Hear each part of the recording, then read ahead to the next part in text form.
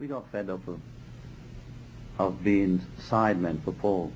After Brian died, that's what began to happen to us, you know. After Brian died, we collapsed. Paul took over and supposedly led us, you know. But what is leading us when we went round in circles? We broke up then.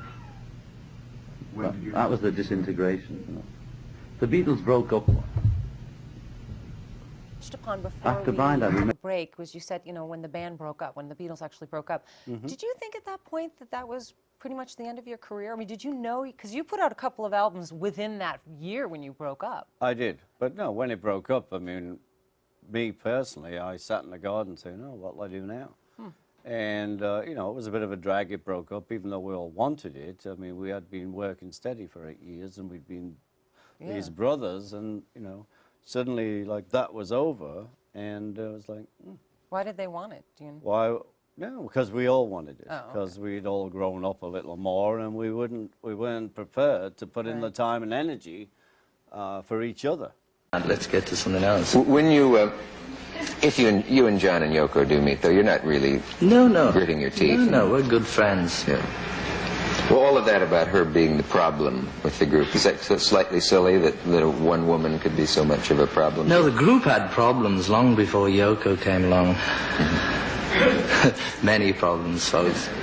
Can you remember who was the first to say, you know, I bet we'll break up one day, that this won't go on, that this is sort of a dream, that we can't all stick together? I don't really remember anything about the Beatle days. It seems like a sort of, you know, previous incarnation when I think about it. And a long time ago, like another life? Yeah. Do you regret any of it? No, don't regret really anything, you know. I mean, that's what happened, and it was good, you know, it was good, but it was also good to carry on, do something else. In fact, it was a relief. Sometimes they say you were... Some people can't understand that, you know, because Beatles was such a big deal. They can't understand why we should actually enjoy splitting up. But there's a time, you know, there's a time when people grow up and they leave home or whatever they do, and they go for a change, you know, and it was really time for a change.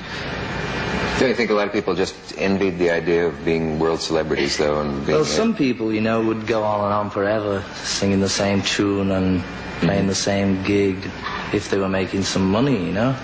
But I think we'd all rather give that up and try going on our own and try doing something we really want to do. And if we don't make it, then hard luck. But as it happens, we've all got such a lot of like goodwill hanging over from being Beatles. I mean, you probably wouldn't have me on the show if I hadn't have been one. Let's face it. No, you wouldn't get here on looks alone. You know how many theories there are about why the Beatles broke up. I bet you, how many have you heard?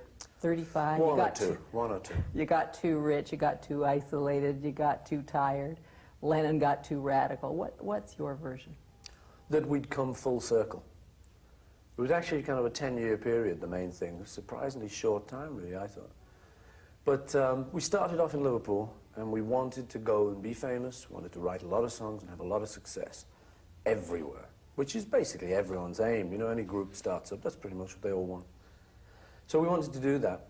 Once we'd done that, and once we'd conquered places like North America and stuff like that,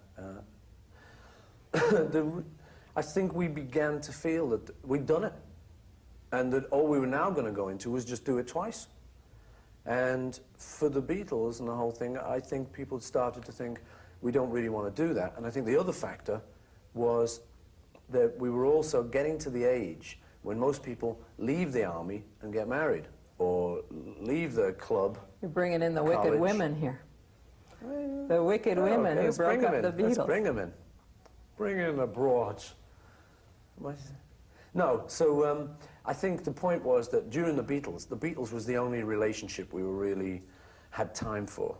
And we tried other relationships, but, you know, they'd end in divorces for the other guys, and breakups and stuff.